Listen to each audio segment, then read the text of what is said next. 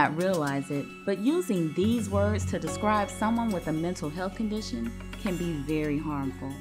While a mental illness may not always be visible on the outside, it doesn't mean someone isn't hurting on the inside. In fact, 1 in 6 Floridians struggles with a mental health condition. It's time for all of us to change how we think and speak about mental illness. Mental illness can come in many forms. No wonder this is a topic many find hard to talk about. The American Psychiatric Association defines mental illness as a health condition involving changes in thinking, emotion, or behavior. These conditions may affect someone's ability to relate to others and function each day. But how do you define mental health? And how do you stay mentally healthy? Mental health to me just is taking care of yourself. I think getting enough sleep, staying stress-free, spending time for yourself, having a good time. It's about mental wellness, really, I think.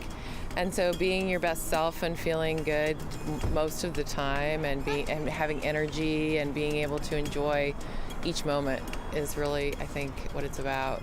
Usually when I hear mental health, I initially think of like mental illness. So I feel like, unfortunately, that's the first thing people usually like connect with mental health.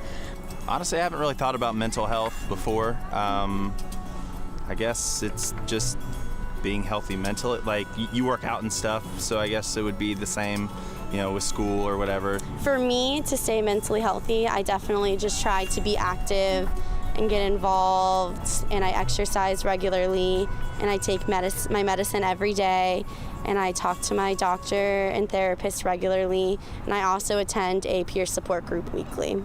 I have a very strong support system with my family, so I know that if at any time I have any kind of issue or I feel any type of way, I feel very comfortable talking to my mom or my sister, anybody like that. I think being around people helps me a lot, so whether it's friends, family, I love my family, I love being with them, so that really keeps me mentally healthy.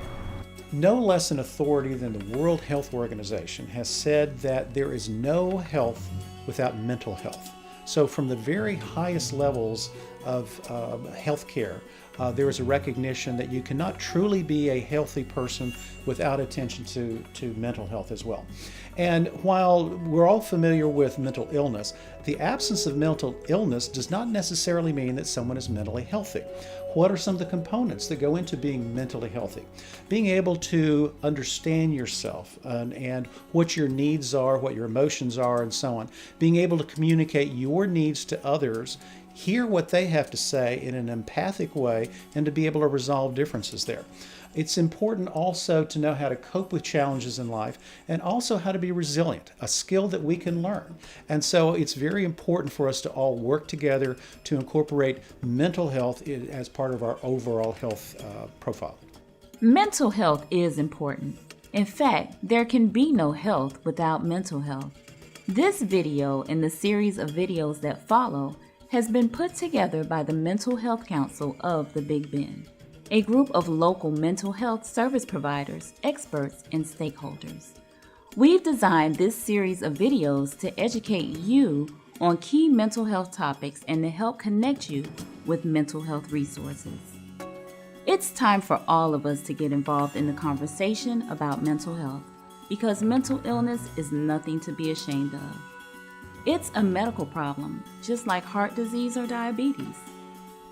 To get connected to mental health resources or to learn more about them, call 211-BIG-BEN by dialing the 3-digit number 211 or visit their webpage at 211bigben.org.